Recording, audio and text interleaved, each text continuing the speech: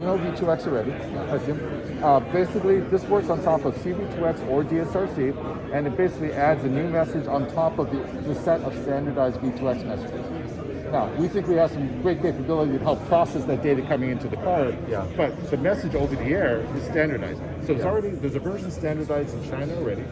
There's the version for the US has just been standardized last August, and the European standard for this should be passed probably in the next month. On top of the additional standard on top of? It's the additional message as part of the overall standards. Okay. Right. So there's already a lot of V2X messages that are standardized. This is one additional message. But this one additional message allows for the protection of unconnected vehicles, which is going to be a lot of, and also vulnerable road users. So that's pedestrians, motorcyclists, and bicyclists, right? Which the other messages have not provided adequate protection for at this point. So the nice thing here is, even in the beginning, if you're the first car on the road and you can receive this message from, say, a roadside unit at an intersection, right? Because a lot of intersections already have camera, radar, or LiDAR. All you do is you add on the very small V2X radio there, plus this additional message, right? So the basic V2X plus this one additional message, and now they can transmit and share what they're seeing with other vehicles. And before, there was not a standardized way to do that. So there doesn't sound like there's any additional hardware or anything needed. As long as you have a telematics unit, today more than 50% of all new cars are sold with that. Not all of those have V2X yet. So what we're trying to do is make sure that when V2X gets installed, it has a good benefit early on for the people that buy the car. That's just the radio module. Right. So the V2X is going to be an additional, let's call it, there are some small hardware elements to this, right? To make it a V2X enabled telematics unit. For example, frequency and things like that, you got to make sure you're talking the right frequency spectrum there. Well, those systems, we're already shipping those types of systems to some of the OEMs already. We're hoping more of them will pick up that same system and add that to their basic telematics unit. And then the rest of it now is just basically software. So I guess the benefit of this for Conti is just it's further incentivizes OEMs to adopt the full kind of V2X telematics system. So as you know, we have the Vision Zero goal, as many other groups do, right? This actually addresses the other 50% of crashes that an ADAS system with line of sight does not.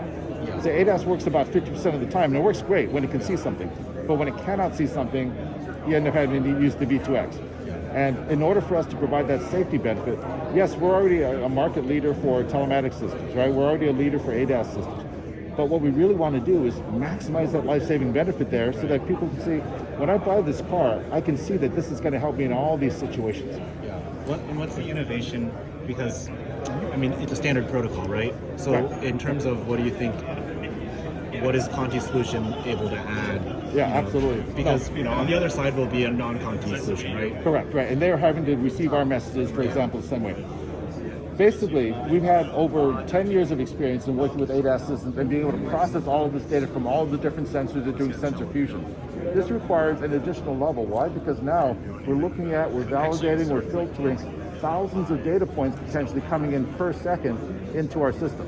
Right? And now what we have to do, instead of just managing our own camera, radar, LiDAR, now we've got to manage multiple vehicles, multiple infrastructure, sending all these data points, resolving them, ensuring that, okay, any false positives, false negatives there, maybe a reflection that somebody reported, but okay, no other sensor seems to be corroborating that.